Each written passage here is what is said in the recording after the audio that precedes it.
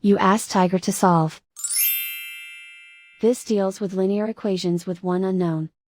The final result is x equals -10.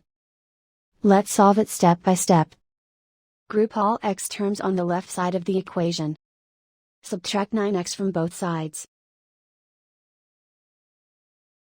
Group like terms. Simplify the arithmetic.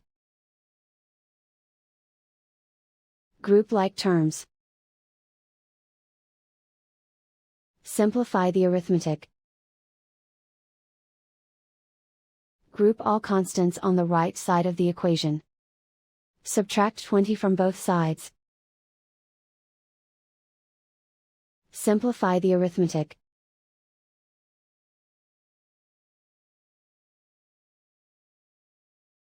Isolate the x. Divide both sides by 3. Simplify the fraction. Find the greatest common factor of the numerator and denominator. Factor out and cancel the greatest common factor. And so the final result is x equals -10.